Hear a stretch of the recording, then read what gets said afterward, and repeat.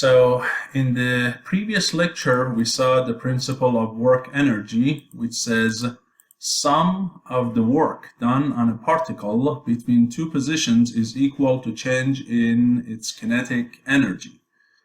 And so the sum of the work is work done by all of the individual forces acting on the particle. So if we can formulate this work, individual works, for specific forces that we encounter a lot in dynamics, like gravity, spring force, friction, and so on, then solving problems in work using the work energy method is going to be actually significantly faster and easier compared to using the Newton's second law. So that's the goal of today's lecture, and the first one we start with is, of course, gravity or weight. So here we assume that the y-axis is the axis opposite to the direction of gravity.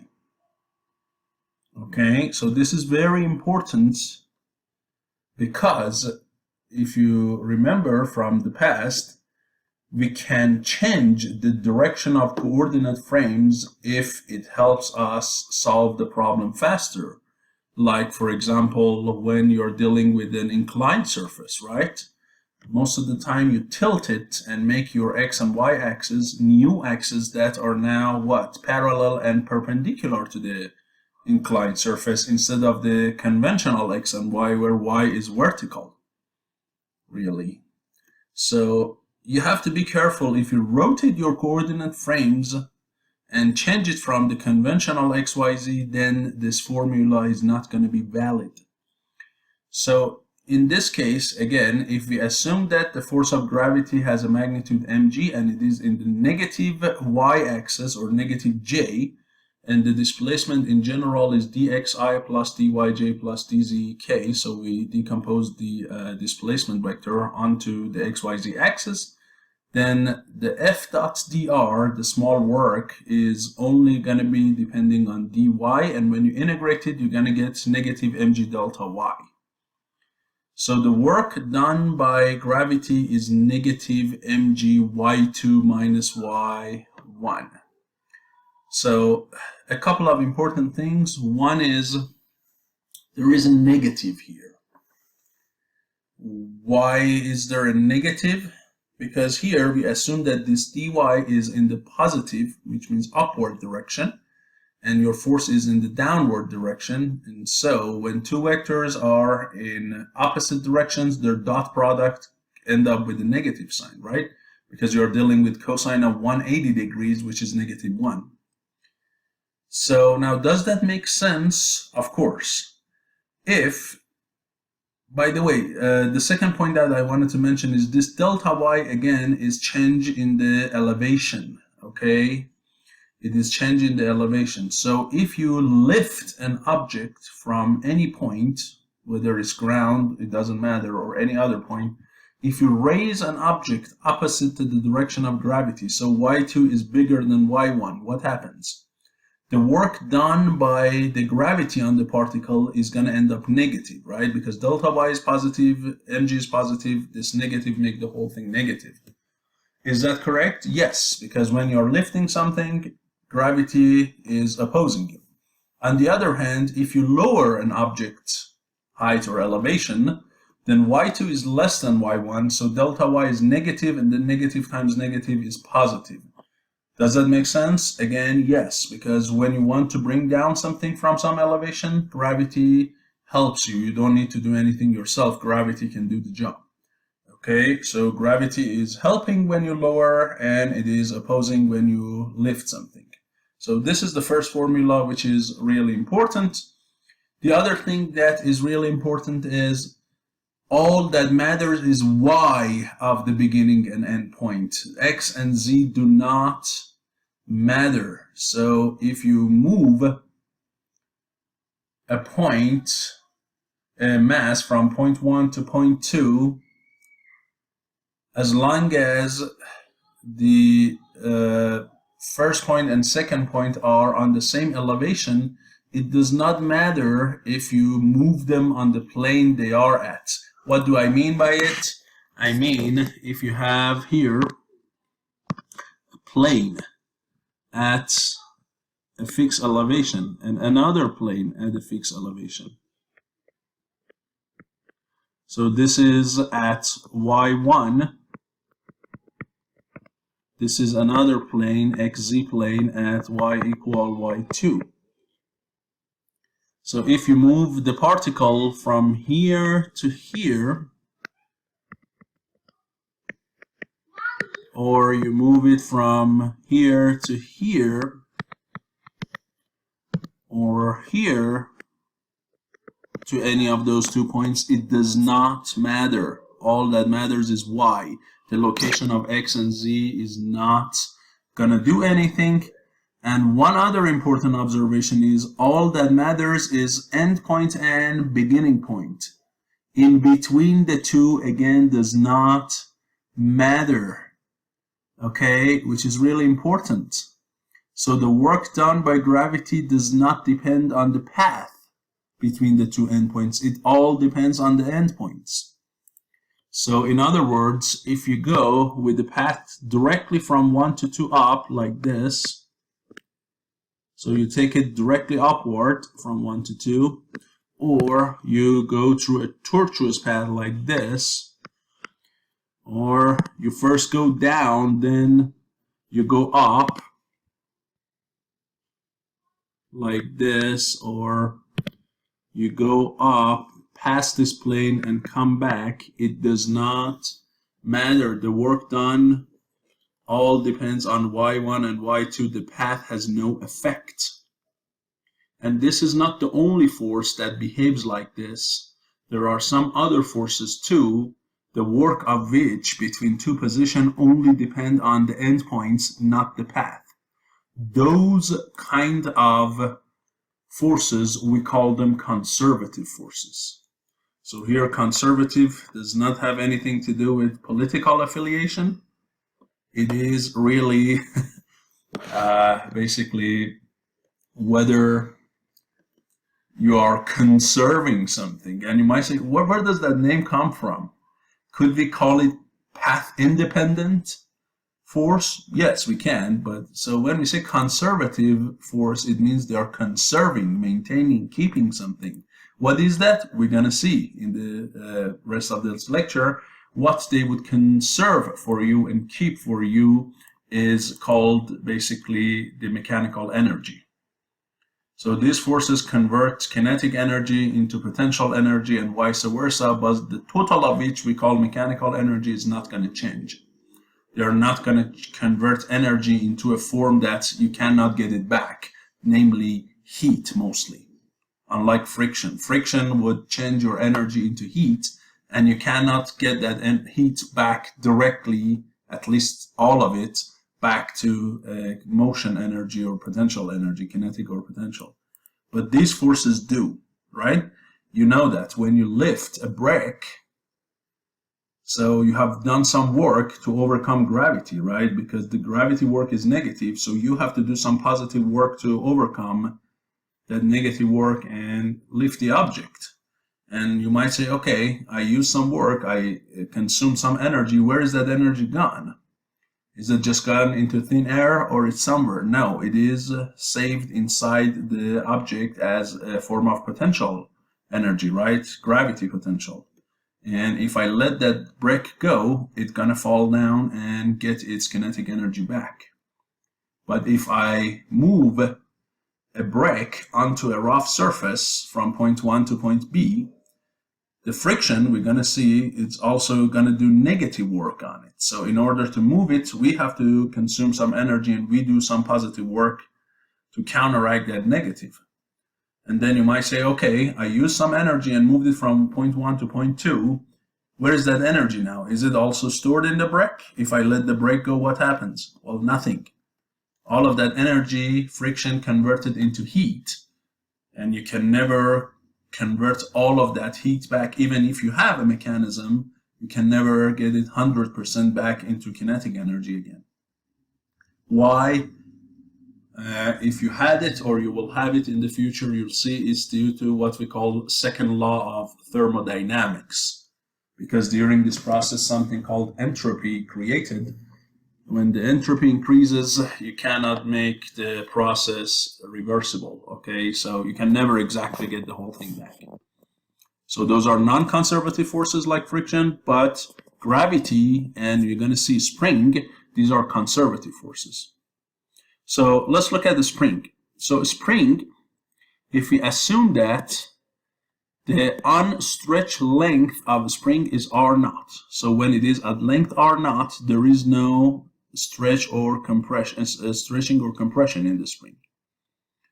Now we're gonna change the length of it to R, whether R is less than R naught or bigger than R naught. We know that the force of a spring is gonna be negative K R minus R naught ER, where ER here is the unit vector along the spring, and this negative is because the spring force is what we call a restoring force. It always opposes you, right? When you stretch a spring, it's gonna pull back. When you compress a spring, it's gonna push back. So it is always negative to the force that you apply. And if we dot product this by a dr, by an arbitrary dr vector, and dr here we are using the r theta coordinate instead of xyz. So the vector dr, we decompose it along unit vector er and unit vector e theta. We could even do it along ez, but the component is 0. And plus, when we do dot product, only er dot er remains. Er dot e theta goes away.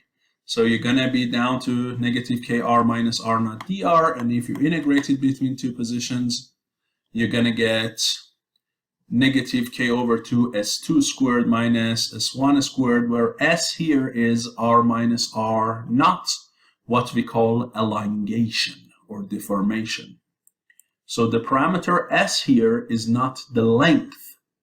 S2 is not the current length, the length at position 2, and S0 is not length in position 1. S in each one is what? The difference between the current length and the original unstretched length. So parameter S here again is elongation. So here I want to create a table for you, and here is going to be the force, and here is going to be the work done by that force. So the first one that we learn is gravity, or if you want to call it weight. The formula we learned is W12 was negative mg y2 minus y1. Then we learned the spring force, and the spring force is negative k over 2, where k is the constant of the spring, times s2 squared minus s1 squared, and here parameter s is called elongation or deformation at each point. Okay? These two forces we're going to see are conservative forces.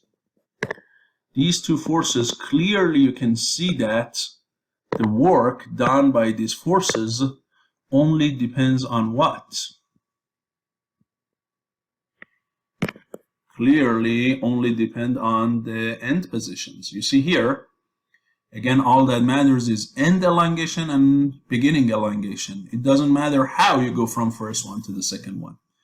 And plus, you know, when you compress a spring, what happens? You're right. It is not going to waste your energy. It's going to store it. And then when you let the spring go, it's going to return that energy back into kinetic energy. So it stores it into a form we call, right, potential energy, as we're going to see, and then can give it back to us. So it's not going to waste it. Okay, so here, and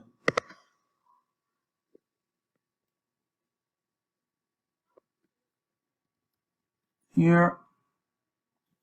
So these two forces are what? Oh, that's an arrow. That's interesting. But that's okay. These two forces. One second. These two forces are the conservative forces that we have.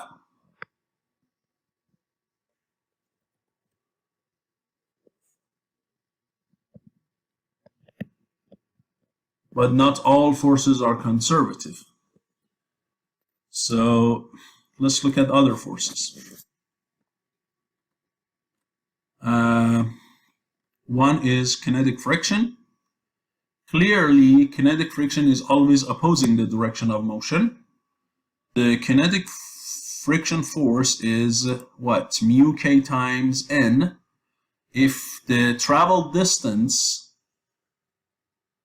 for the path that the friction is working is delta s, then since the angle between displacement and friction is always 180, because it's always opposing the motion, cosine of 180 is -1, and this -1 can come out of the integration.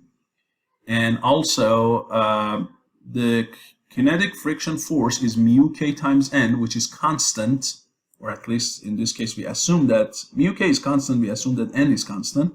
So if we bring that out of the integration, then you have only integration of ds from s1 to s2, which is going to be what?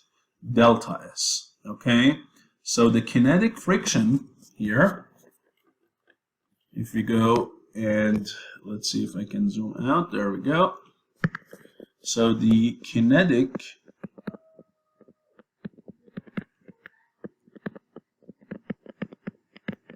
friction has a work which is negative mu k times n times delta s, where delta s is what? Traveled distance. It is not displacement.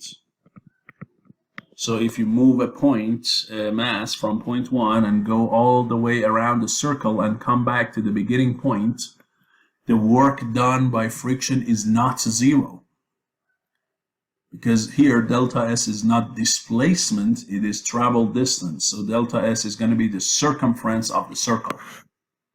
And clearly you see, the longer the path we choose, the longer the travel distance is, and so the work of the friction is going to be bigger in magnitude. So work of friction does depend on the path. It does not really depend on first and last point. The path does matter. And again, as I said, this work, you cannot store the work that you do to overcome friction inside the object. It is going to be converted into heat and you cannot get it all back. So this type of force and some others that are similar to it, we call them non-conservative.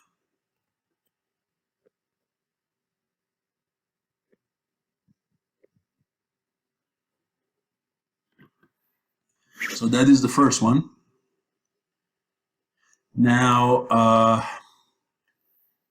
there are some other ones that are quite interesting. One of them is rolling friction or static friction. So when an object rolls without slipping, we're going to see this a bunch, especially when we go to rigid body kinematics in chapter 16, or actually 17. When the object rolls without slipping, just pure rolling, although there is a small friction, static friction at the contact point, but that friction does not do any work.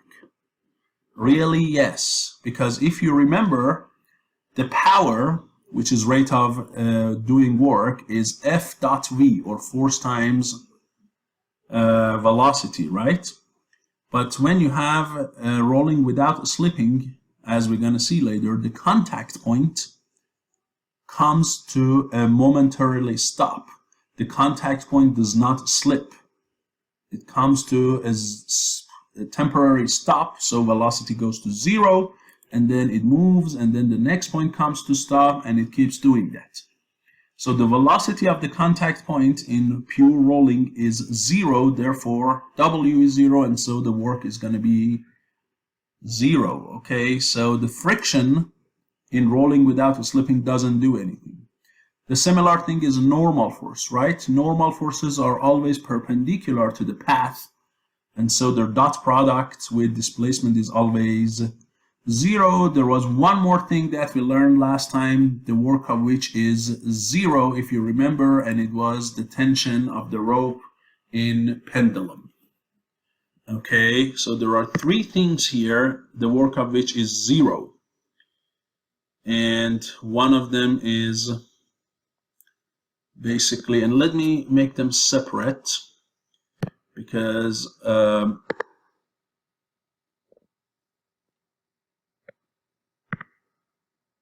since their work is 0, I don't want to really categorize them as conservative or non-conservative, because they don't do any work anyways, so it does not really matter how we categorize them. So there are 3 forces that they don't do work, all of them. Their work is 0. One is rolling friction, or friction in rolling without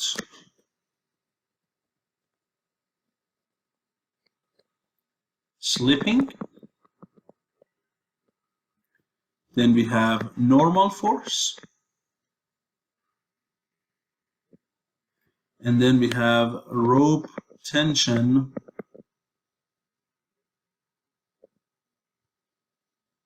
in pendulum.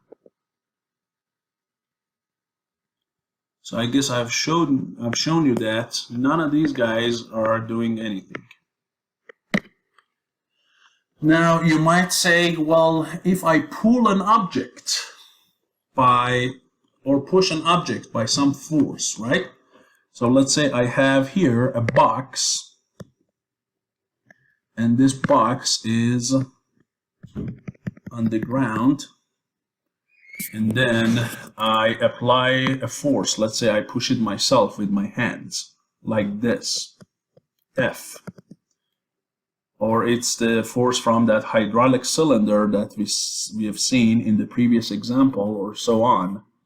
What about this force? Is this conservative or non-conservative? Well, if I move this object a distance delta S, okay, and let's say this force in general is not horizontal, so let's give it some angle. So it has some angle theta, and let's say this force F is constant and theta is constant. If you remember the work of an external force,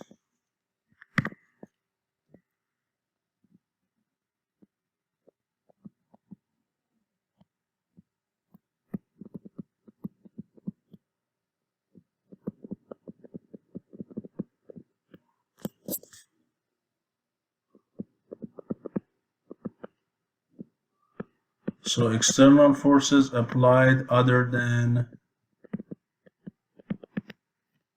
weight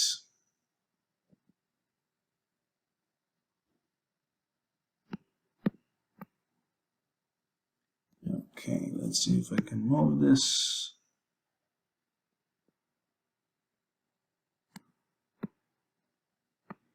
Other than weight and spring.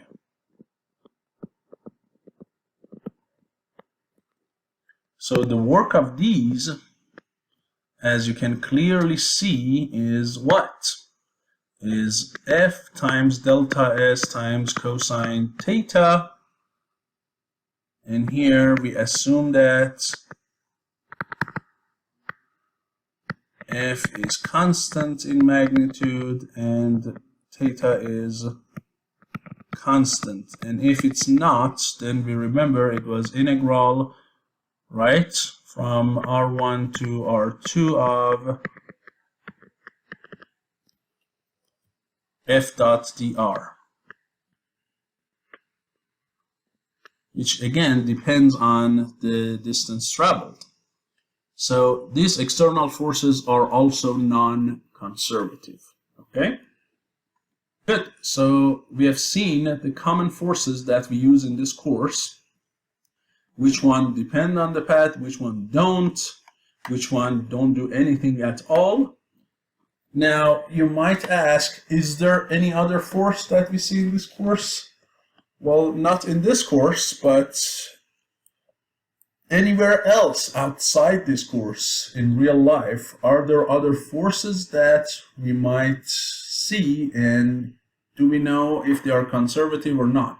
For example, if I ask you, do you know any other conservative force in the nature other than gravity and spring?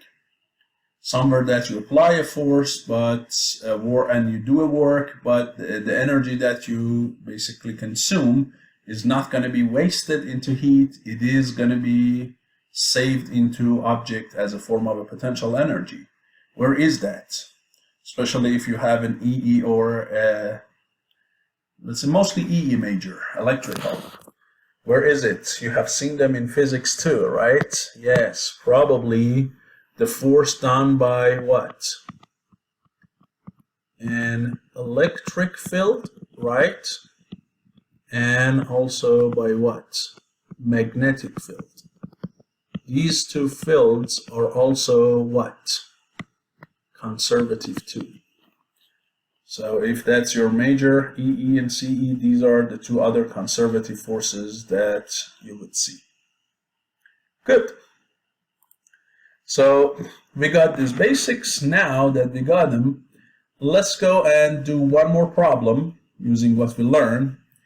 And then we are going to finish up by formalizing potential energy and talking about conservation of mechanical energy. So in this example 1557, you have two masses connected together, releasing them from rest, the 4 kilogram and the 20 kilogram, and they are connected by a rope. This one is connected to spring. There is friction here between this one and surface with mu k equal 0.4, k is 100, and initially the spring has tension. Initially the spring has tension, so initially this guy is stretched. Why should it be initially stretched? Because you either force it to, or it is carrying a little bit of the weight of this. Then if you let these two objects go, and this one goes down by 1 meter, you want to find the velocity of each one of these. Okay? So, let me see if I can do something nice here. So I copied this and let's see, bring it here. There we go. And let's use technology. So this is the problem that we are going to solve. And we know that first thing is write down the knowns and unknowns. So here the masses are given, so we don't need to write it. There is a mu k here, which is 0.4. Then they start at rest, so V1, and let's give them a name. I call this object A, I call this object B. So V1 of A is equal to V1 of B, and it is equal to 0 meters per second. They are starting at rest. And we want to know at delta Y of B equal -1 meter. You see, I'm saying -1 because it is falling. At this, I want to know what is V2 of A and what is V2 of B. So that's very important, this guy. Don't forget the sign of vertical displacement ever. Now, what do we do next? Yes, we have to draw free body diagrams. Now the problem here is, how many would you use? Use two individual ones, one for A, one for B, find their equations and then relate them to each other and simplify, or you combine them into one FBD and do it that way.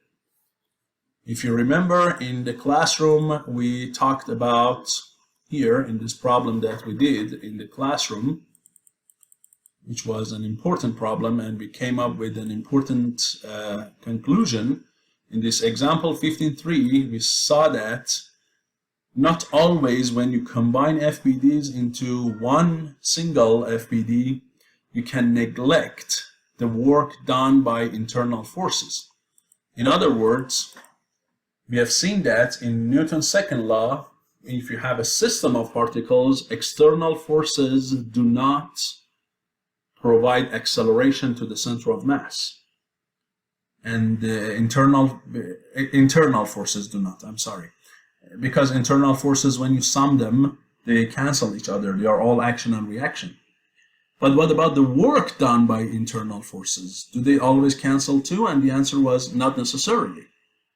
In this case, you saw that the friction is not one of those. So if you have internal friction between the two particles or several particles in a system, you cannot use a combined FBD. Okay, it might be misleading. But if there is no friction between the two components, so there is no internal friction, then yes, you can combine. And here I prove to you that the work done by this tension, which is the only internal force, because the ends don't do anything, then the work by tension is going to cancel each other. The same here. The work done by the tension on object A and the work done by tension on object B is going to be the same magnitude, just different directions, right? And you can see it here. Because this tension is helping object A move forward a distance of delta S, but it is acting against the direction of motion for object B, and so the work of that is negative. And since displacement of A and B are the same, right, because they're connected by a rope, none of them can go more or less than the other. So since displacements are the same and both of these forces are T, one is positive, one is negative, so the work done by this internal force T is going to go away. And here the friction is not applied between A and B, it's applied between A and outside environment. So in this case, you can simply what? Combine the two into one FBD. You can simply combine the two into one FBD. There is no need to do two of them. And if you do, you're going to get two equations, and then you have to eliminate, and you have to find the numbers still. But with one FBD, you only have one equation, no elimination of T is needed. So what we do is we draw one FBD this time instead.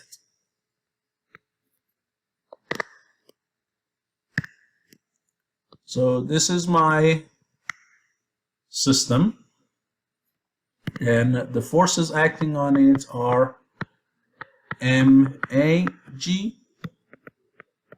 MBG, then there is a reaction here N, there is a friction backward here F sub K, and that's it. T is an internal force, and the work, as we said, on the two particles would cancel out. So that's my FBD. I always need a coordinate system, and here we use the traditional X and Y, and again we can show the direction of velocities. So this is V of A and this is V of B. Good. So now I have everything under control and everything is written down. Now it is time to write the work energy principle. So here we write down the work energy principle. The work energy principle says sum of the work done on the system here is kinetic energy of the system in position 2 minus kinetic energy of the system in position 1. Don't forget, we are writing this for the entire system, not just one of the masses. So W12 is going to be what? It is going to be W12 of MAG, the gravity of A, plus W12 of MBG, the gravity work done on B, plus W12 of N plus W12 of F sub K. This is equal to. Now, K2 is kinetic energy of the entire system in position 2. This system has two masses, each one has its own kinetic energy. So in position 2, the total kinetic energy is going to be sum of the individual ones. So this is going to be 1/2 ma V2 of A squared plus 1/2 mb V2 of B squared, right? The kinetic energy in position 2, and then minus a very similar thing for position 1, right? Total kinetic energy.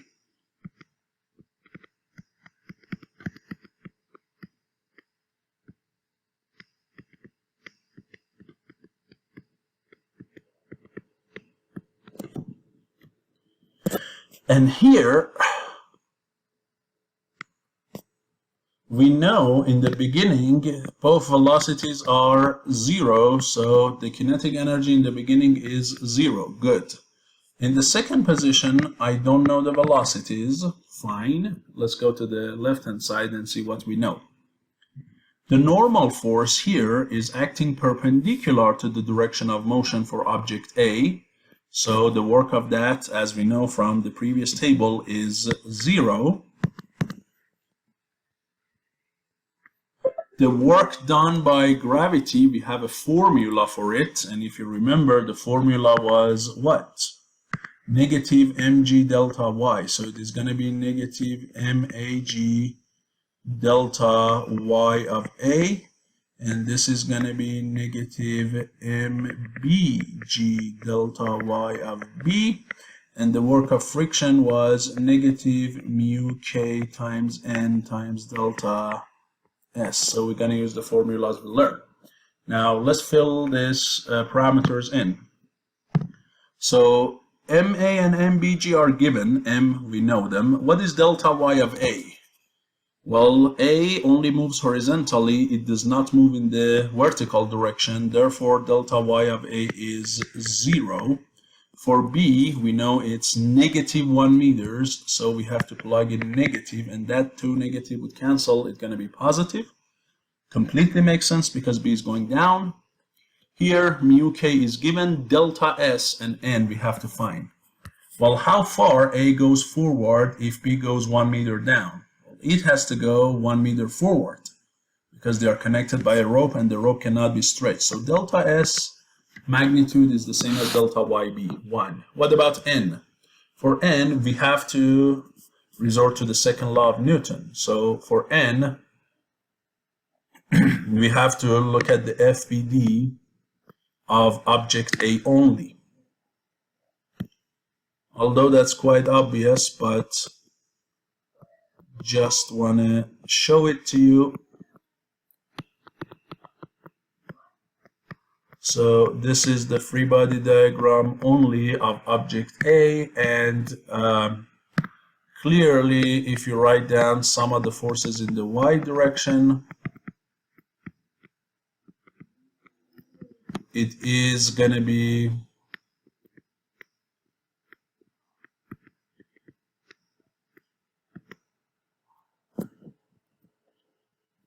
A of y of B is 0, and so N should be equal to mbg, right? That is a very simple thing that we can here plug in. Good. So now I have one equation that you can see, and in this one equation there are two unknowns. And we cannot solve one equation with two unknowns, so kinetics is dead end. We go back to kinematics. Is there any way I can relate V2 of A and V2 of B together? Yes. They move the same distance in the same time, so these two numbers should both be equal to what? If I use a single notation for both of them, and I call both of them V2, because they are the same number, right? So this is V2 and this is V2. Then now I have one equation with one number, which if I solve, I am going to get 2.59 meters per second, and that is the solution. Okay, so very fast and very easy. We could solve this problem by combining the FBD into one.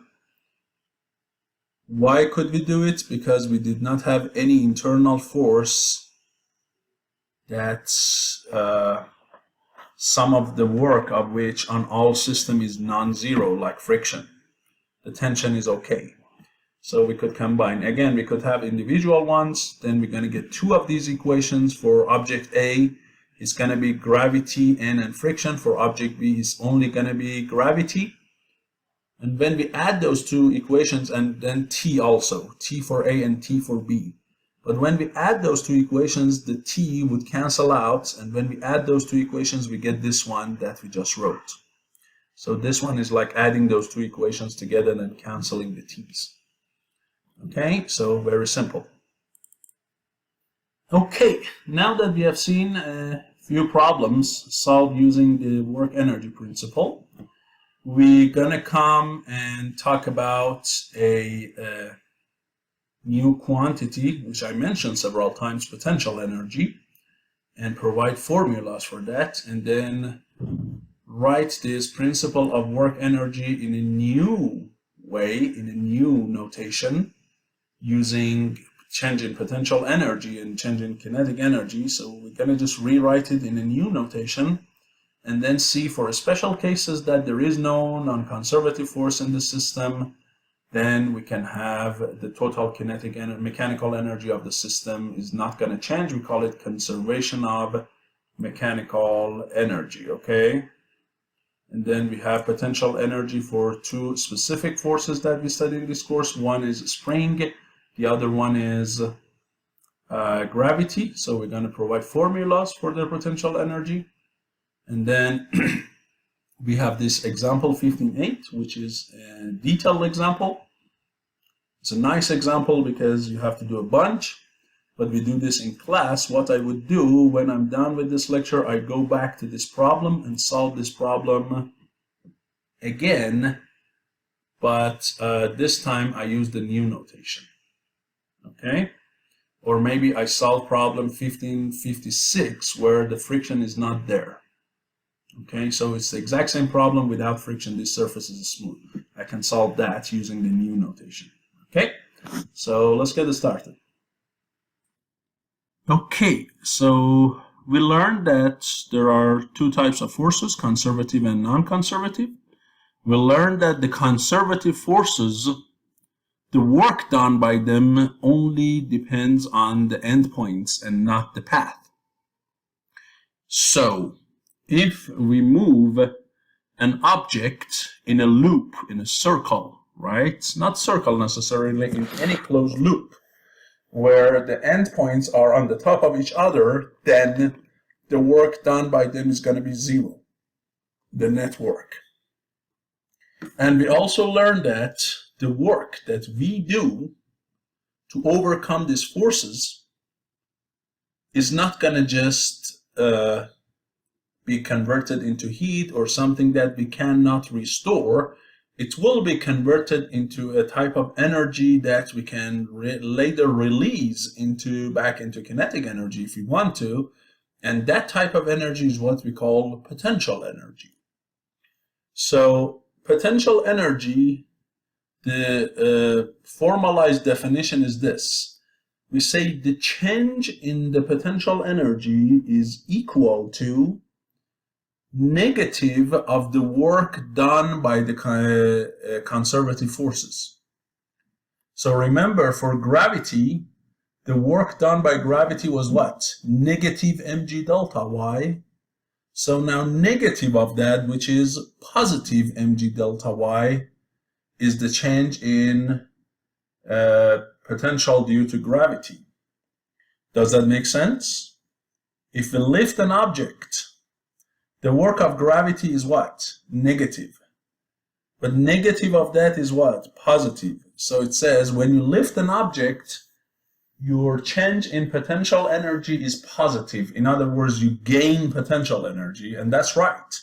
We know whenever we lift some object from the ground, we always add some potential energy to that object, because if you let it go, it's gonna flow downward, it's gonna move downward and get the kinetic energy back. Similarly for the spring, if you remember, the work done by the spring was what? Negative k s2 squared, negative k over 2 is 2 squared over s1 squared.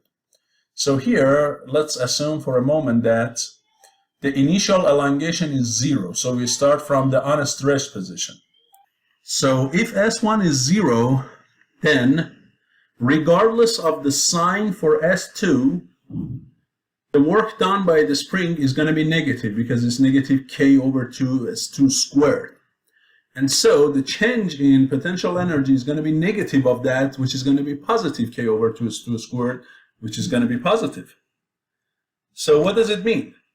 It means whether the elongation is positive or negative, whether you compress the spring or stretch the spring from the unstretched position, you are gaining potential energy. Is that correct? Yes.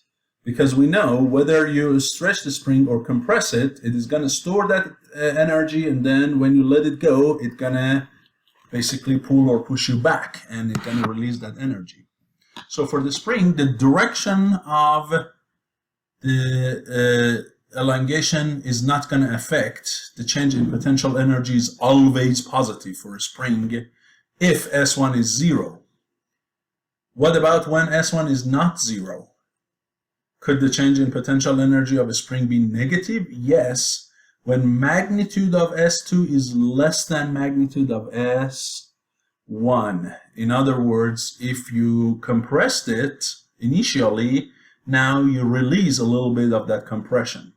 Or if you stretched it, now you release a little bit of that stretch. Or you can even directly go from compression to stretch, but a smaller elongation. In all of those cases, you're releasing some of that energy, so the change in potential energy is negative.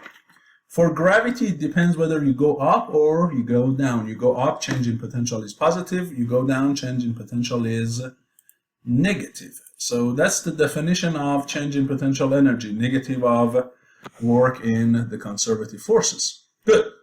So now we can come back to our work energy principle and rewrite it using the new notation. Remember that the work energy says W12 is K2 minus K1. So here we're going to divide the total work into two. One, the work done by conservative forces, and the other one done by what? Non-conservative forces. Right? Sum of those is equal to K2 minus K1. But now I know that the work done by conservative forces, according to our definition, is negative of change in what? In the potential energy. Now in your work, again, potential energy is shown with V, which is, again, I don't really like that notation, because V is typically reserved for velocity, voltage, and volume. And it's not a good idea to add one more physical quantity shown by V. We typically use P for potential energy, so if you don't mind, I would rather use my own notation. But again, that's your textbook. It is using V and P. U and V for work and potential, which is completely out of context. So I would rather, if you don't mind, I would rather use negative delta P. And delta P itself is what? P2 minus P1. So negative of that is going to be P1 minus P2. So now what? Now I take this P1 and P2 to the other side. P2 becomes positive, P1 becomes negative. So you would get W12 of non-conservatives is equal to K2 plus P2 minus K1 plus P1.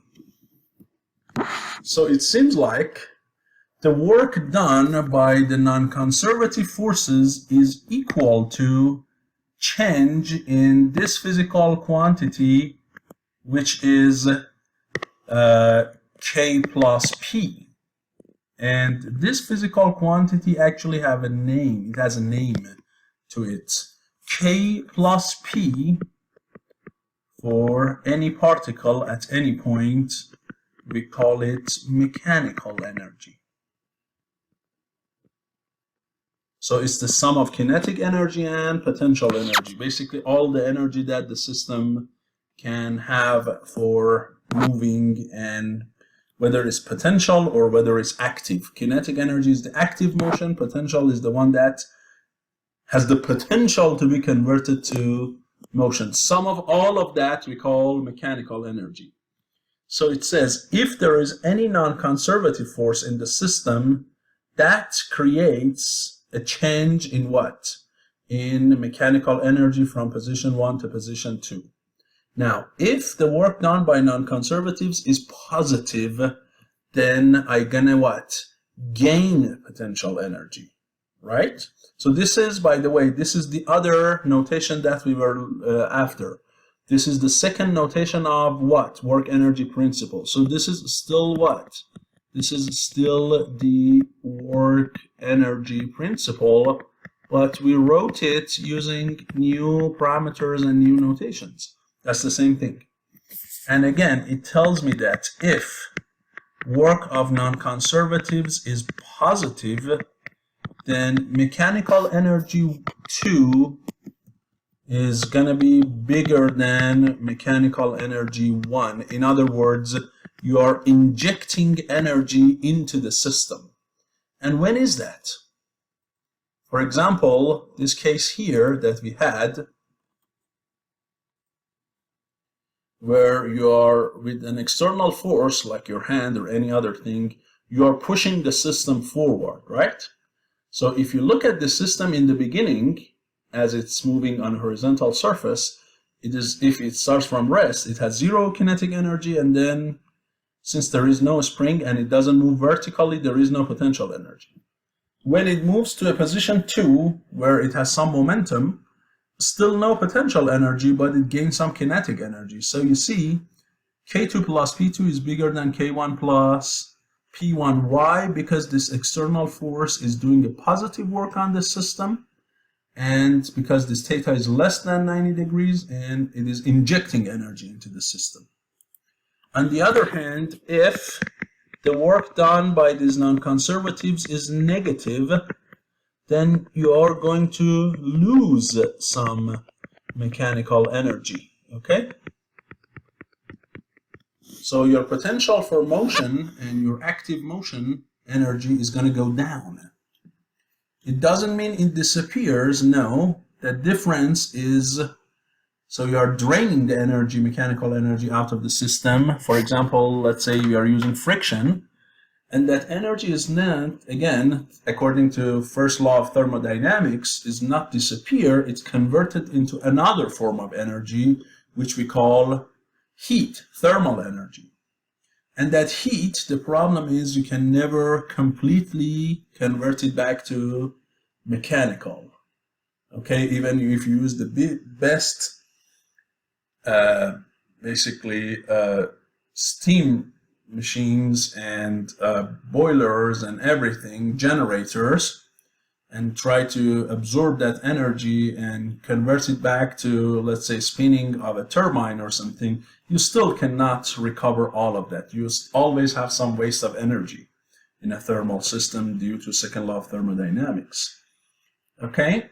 And if it happens that the work of these non-conservatives is 0.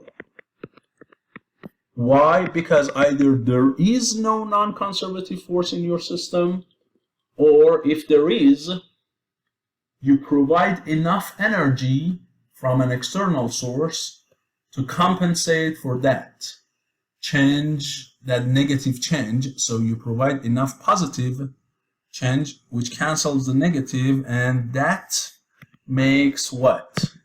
It makes K2 plus P2 equal to K1 plus P1. And what do we call this case? This is a special case when the mechanical energy is not changing, so we call it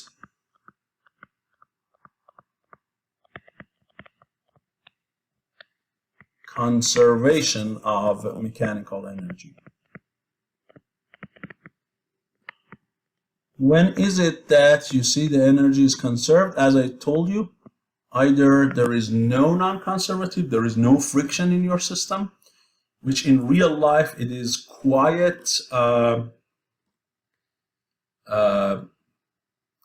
of ordinary that you have a system where literally there is zero friction unless something is moving in vacuum without touch. That could be a case. Other than that, you really do not have a case of, in our daily life, that you can eliminate the friction entirely. Okay, so as I said, if you move an object into the deep space where there is no force other than the gravity, no air and nothing, then if you kick an object, what happens?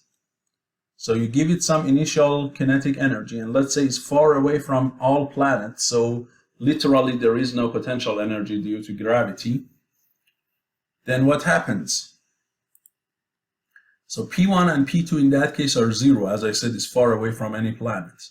You give it some K, and there is no non-conservative, so K2 will always be equal to K1, or velocity 2 is always equal to velocity 1. In other words, the object would keep moving at the same velocity, right? Which is the first law of Newton. If there is no external force, non-conservative, the system will keep moving with the same speed in the same direction, right?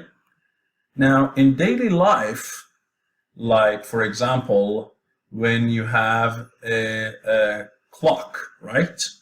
The handles of the clock, the hands, or hands, I guess, not the handles, the hands of the clock, unless the battery is dead, you see they are roughly always rotating with the same angular velocity. Okay, so the kinetic energy, we're going to see for rotation, you can also define a kinetic energy. We're going to do that later.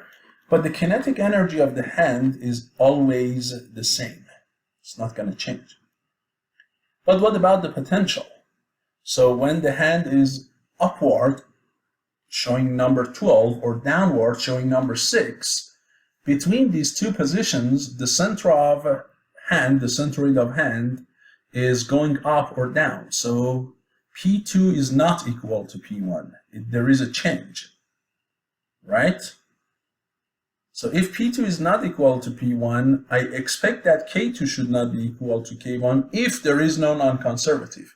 In other words, when the hand goes down, I expect it to go faster, and when it goes up, I expect it to go slower. But you don't see that, again, unless the battery is really weak and almost dying. You see it keeps its almost constant, it should keep its constant omega. So where does that change come from? And why shouldn't it convert one to the other, and how does it maintain the fixed omega? Because there is friction at the pin, right? Those hands are at the center of this clock.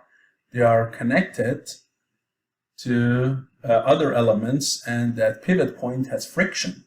So you should ideally, it should act like a pendulum with friction. And you know, when you move a pendulum, ultimately the friction wears down all the potential and kinetic energy and it stops.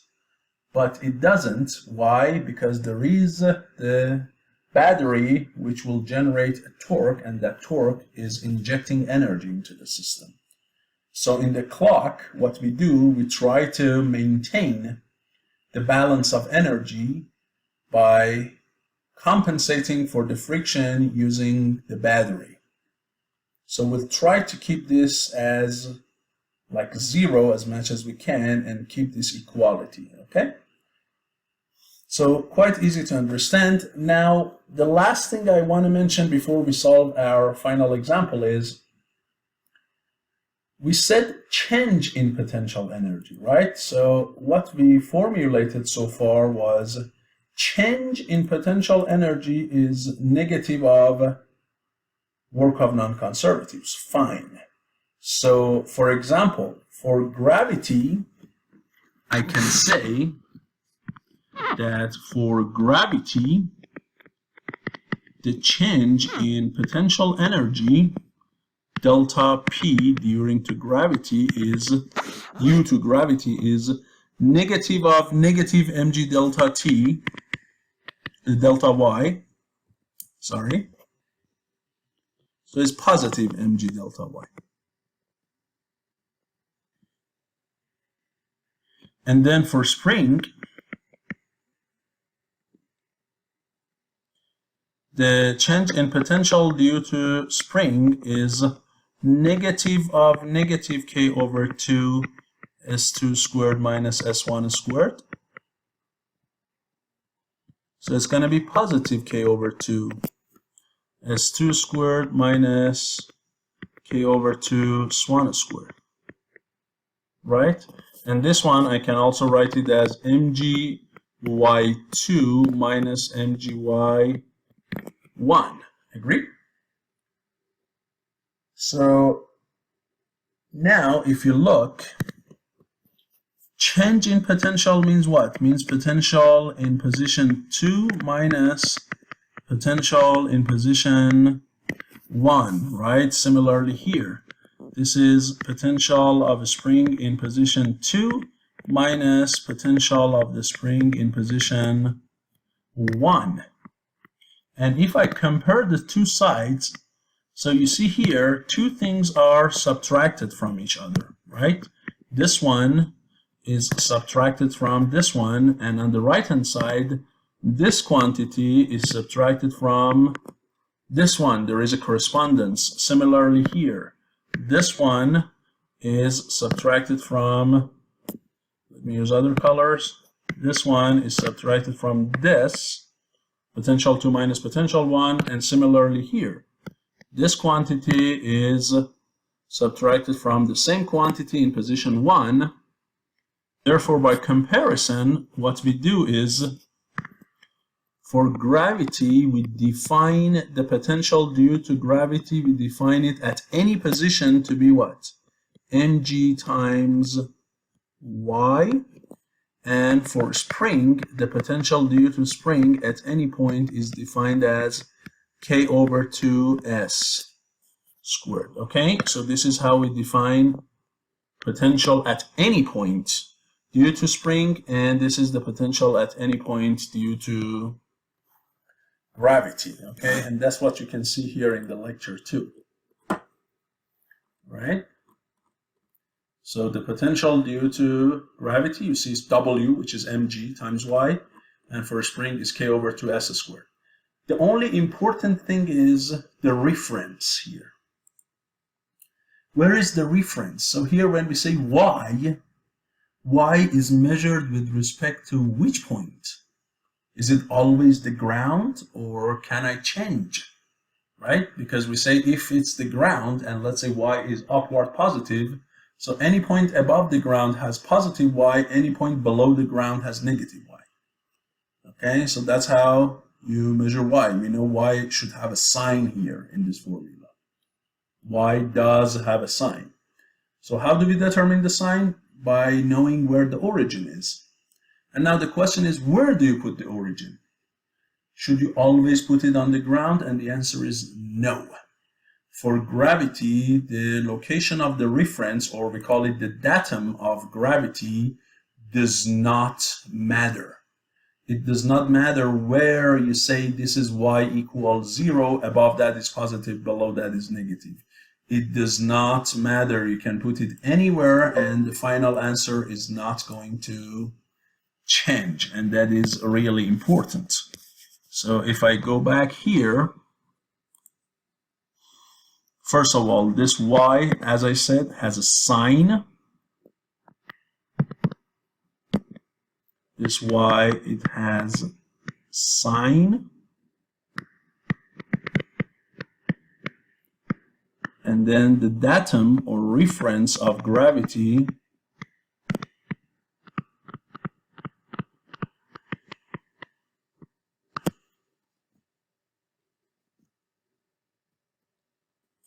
can be, sorry, it's really hard to write nicely on the computer. It can be placed anywhere.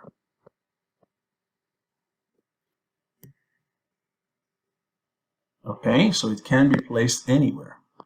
It's arbitrary. The datum is arbitrary. Wherever you put it, can easily show you that the final number that you will find for your problems does not matter, because all that matters is change in potential, and change in potential does not depend on the reference. On the other hand, this S here, which is elongation, this one, it has a sign, positive or negative, but it does not change the sign of the potential energy, because it's a square term. So whether you compress or stretch, it's not going to do anything. And then, what about the datum? Can you put the reference of measuring elongation anywhere that you want? No, because elongation is always measured from what? The unstretched length. So datum or reference here must only be the unstretched length or position. Any point other than that cannot really be considered as zero potential, because any point other than that has elongation itself. But here we can consider any point to be reference of gravity. Okay? So because here you have a linear term, so the change is going to be proportional to that. Here is a square, so the change is not going to be that easy. Okay? Because S1 minus S2 squared is not the same as S1 squared minus S2 squared, and so you cannot choose datum arbitrary in this case. So this is what we had. Good. So now I have this example, which, as I said, is an extensive example and it needs a lot of detail. I will leave that for the classroom. What I would like to do is I would solve this problem one more time, and this time I am not going to consider friction. So I do the problem again without friction, which is actually problem 1556 of your textbook. Okay, so I solve this problem one more time without friction.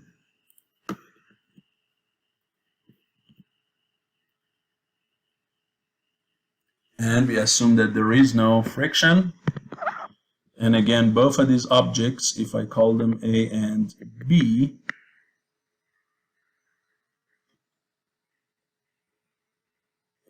they both start at the rest.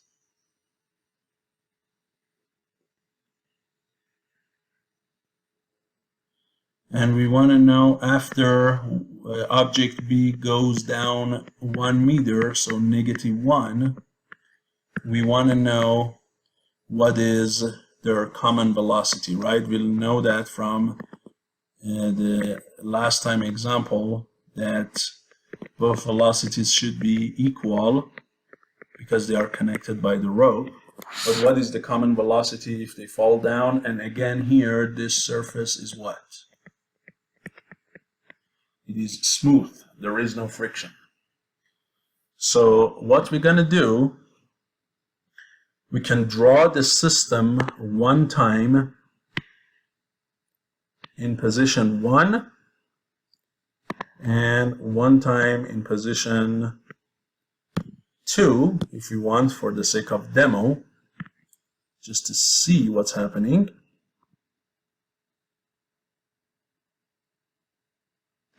So this is system in position 1, let's say, and then this is the system in position 2.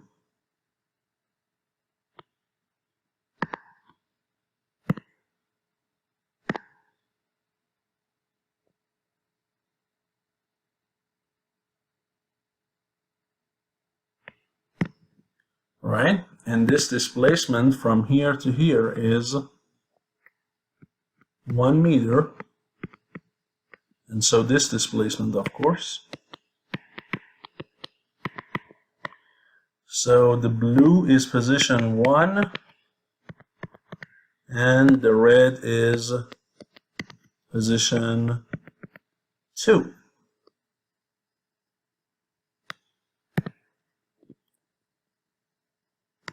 And we consider the combined system just like last time, because we saw that using a combination is much easier than individuals. And so in this system, if you remember from the free body diagram that we had somewhere, let's see here, the free body diagram in this case shows what kind of forces. So the free body diagram, because this time we don't have friction, so that Fk has to go. So the free body diagram has only N, MAG, and MBG, right? And as I said, there is no friction, so what is the work done by non-conservatives in this system? Because MAG and MBG are conservative, and N, we know it does not do anything. So in this case, I can say that the work done by the non-conservatives, W12 of non-conservatives, is equal to 0. As a result, K1 plus P1 is the same as K2 plus P2, or mechanical energy is conserved. Now, K1 is what? It is 1/2 of, because it's the whole system, right? So it is 1/2 MA times V1 of A squared plus 1/2 MB V1 of B squared, right? The whole energy of the system in position 1, that is K1. What about P1? P1 is also the entire potential energy of the system in position 1. So it's the potential energy of the system in position 1 due to spring, and also due to what? Due to gravity, right? By the way, just now that I look at this problem, before I move any forward, I guess when last time we solved this problem, I made a mistake. Yeah, I just see I forgot something last time, and that was this 50 Newton tension. I guess I did not really consider it or something. Let me go back. First check this, because it gives me a bad feeling that I forgot it. And I did. I definitely did. Yes, so let me fix it right here. Yeah, we forgot some huge thing, didn't we? That was the spring force. This guy was in tension, so when you stretch it, the spring force is backward. We forgot the spring force in the last FBD as well as this FBD. Okay, and that is such a bad job by me. I don't know why I did that, but for some reason I just forgot about the spring all in one. So let's see. This is the spring force, okay? So let me go back here. So the spring force is there, friction is there, and MEG, everything. And then when I come back to solving this problem, all of these W's, I have to add something to them. And that something is the work of spring force.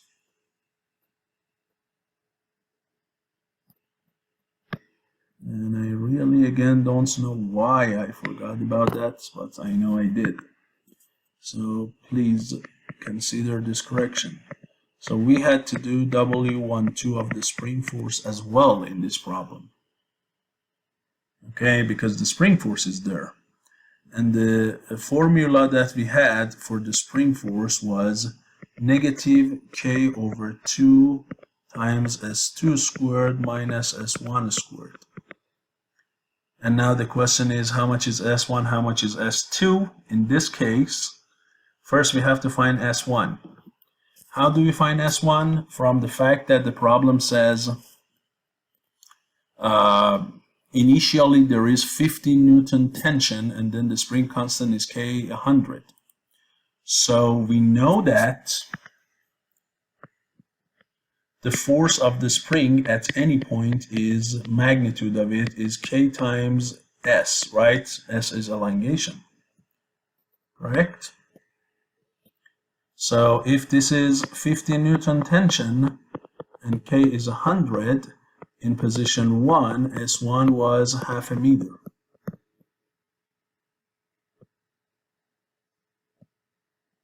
So initially I had half a meter elongation, positive half a meter elongation.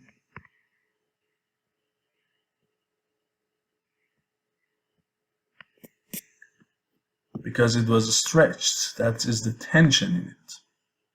Now when this MB goes 1 meter down and A comes forward 1 meter, if initially I had half a meter, now it goes 1 meter further, so S2 is what?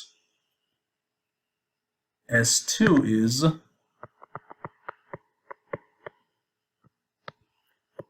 S1 plus 1, so there's going to be 1.5 meter. Okay, so this is going to be 1.5 squared. And I have K and everything, and if you solve for V2, you're going to get this 259. This 259 I just copied from the solution that I have, but in the solution I had, the K term was considered, but somehow here I forgot it. So the final number is correct. I just forgot to add this spring term for you. But now this solution is correct. So please, again, I'm sorry, go back and change it. Now, if I come back here, the spring force is there, gravity is there, everything. N does not do work, and spring force and gravity are conservative. So still the work of non-conservative is equal to 0. And so the mechanical energy is conserved. And I'm writing K1, P1, K2, P2 for the entire system. So K1 is 1/2 MA V1A squared plus 1/2 MB V1B squared, which by the way, all of them are 0, right? Because the system starts at rest. Now, what about P1?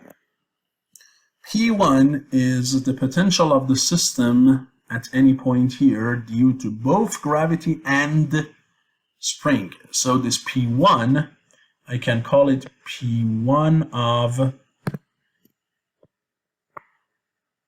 let me write it down, that's okay. P1 of G plus P1 of S. The potential due to gravity and the potential due to what? Due to spring. And this is equal to Again, a similar quantity for kinetic energy.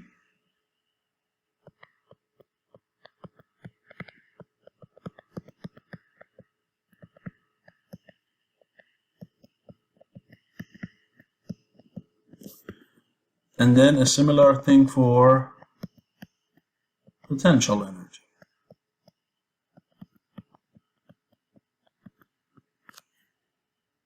Okay, now on the right hand side, the V's are the same. They are both equal to V2, which I don't know. So here, the important thing is to write down the formulas for P and G. So P of 1 of G is the total gravity potential of the system in position 1. And we know in order to find the potential due to gravity, I need a datum. I need to know where, because the potential due to gravity, if you remember, was what? Was mgy. So I need to know where y is equal to 0. And remember, I can put it anywhere that I please. It does not matter. So you choose wherever you want. Here, to make my life easy, what I would do, I choose the bottom of object 1, or the location of the location of mass B in position 1, this line here. I choose this guy to be datum of gravity potential.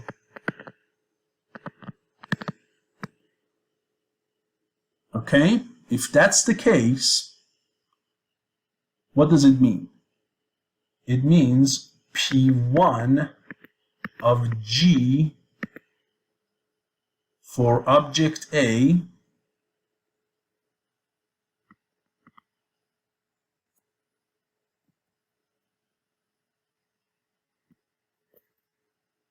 it is equal to what? Because object A is here and this is object B, right? So object A is so much above this gravity. Let's call this distance that I don't know. It depends on the length of the rope. Let's just call it L.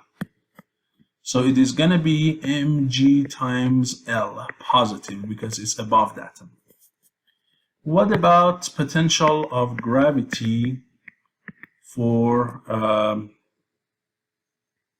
object B in position 1? Well, it is on the datum, so it is equal to what? 0. So these are the potentials of gravity in position 1 for A and B. What about position 2 when they go down 1 meter? When they go down 1 meter, potential of gravity for object A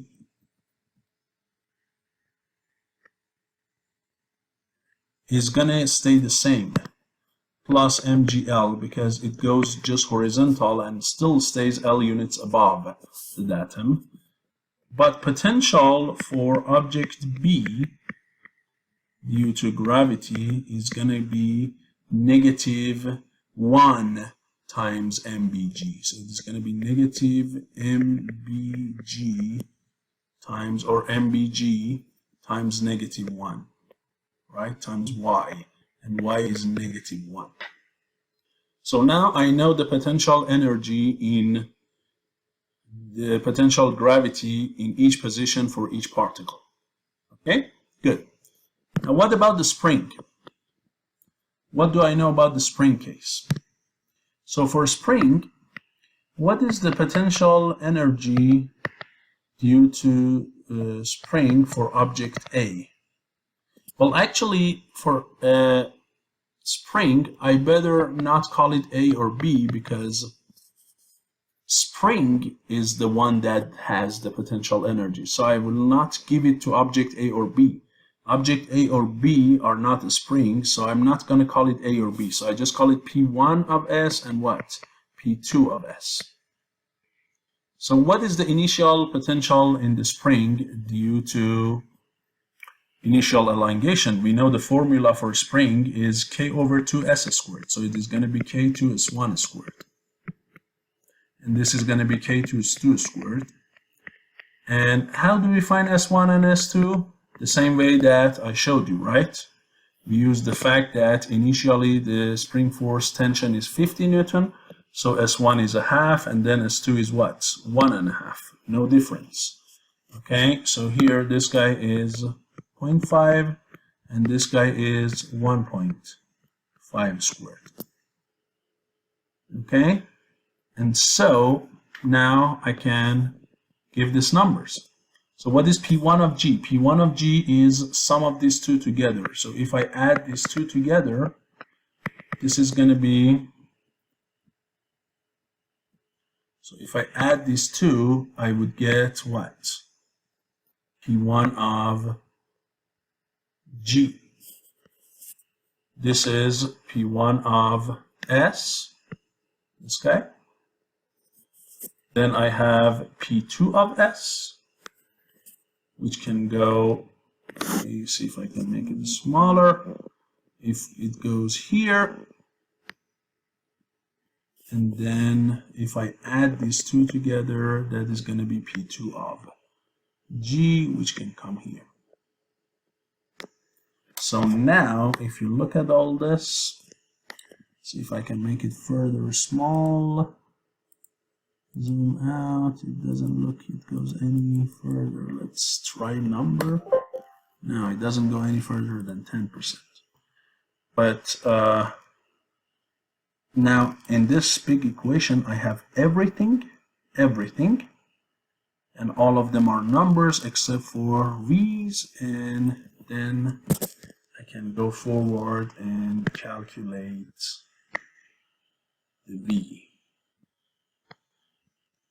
Okay, so if I do that, the number I would get for V is going to be, where is it? Here, 56, 2.83.